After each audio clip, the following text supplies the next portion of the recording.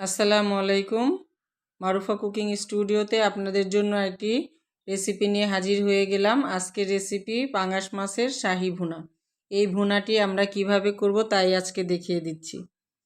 এখানে আমি 2 টুকরা বড় করে কাটা পাঙ্গাস মাছ অল্প লেবু, লবণ আর সামান্য হলুদ মরিচ দিয়ে মাখিয়ে ভেজে নিচ্ছি। ভাজা হয়ে গেলে আমরা এখানে দিয়ে দিয়েছি পেঁয়াজ কুচি,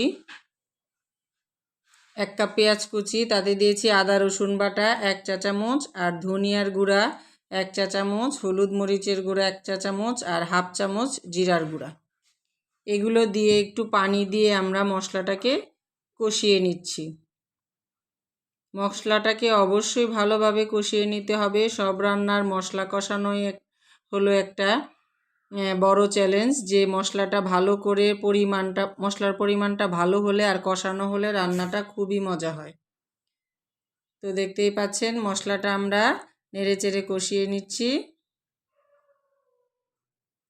তারপর দিয়ে দিলাম সামান্য লবণ। মাছ ভাজাটা অবশ্যই হালকা করে ভেজে নিতে হবে, বেশি কড়া ভাজা করা যাবে না।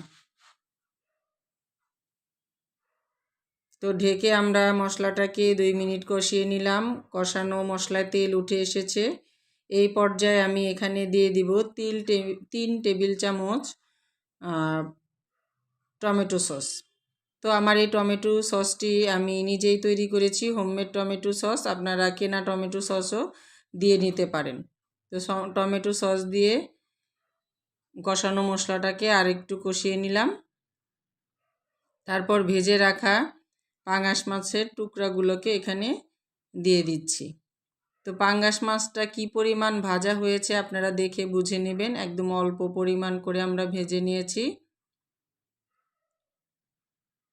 তো এখানে দিয়ে দিচ্ছি। এখন মশলাগুলো আমরা মাছের উপরে চামচ দিয়ে দিব।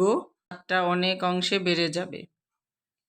তো এইভাবে আমরা মশলাটাকে মাছের উপর দিয়ে ঢেকে দিয়ে এটাকে 10 মিনিট একদম মিডিয়াম জালে সুন্দর করে ভুনা করে নেব।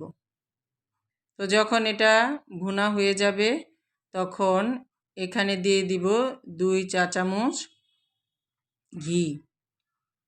ঘিটাকে একটু ছিটিয়ে দিয়ে দিচ্ছি যেন সব জায়গাতে সম পরিমাণে হয়।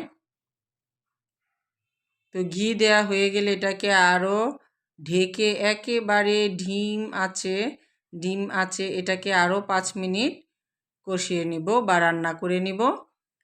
তো দেখতেই পাচ্ছেন 5 মিনিট পরে এসে আমার মাছটা কেমন রান্না হয়ে গেছে, মশলাটাও শুকিয়ে এসেছে। তো চমৎকার এই মাছের রেসিপিটি অবশ্যই আপনারা রান্না করে খাবেন।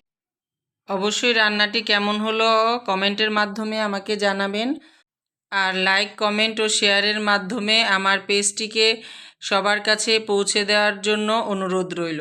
তো আজকের মতো বিদায় নিচ্ছি। আল্লাহ হাফেজ।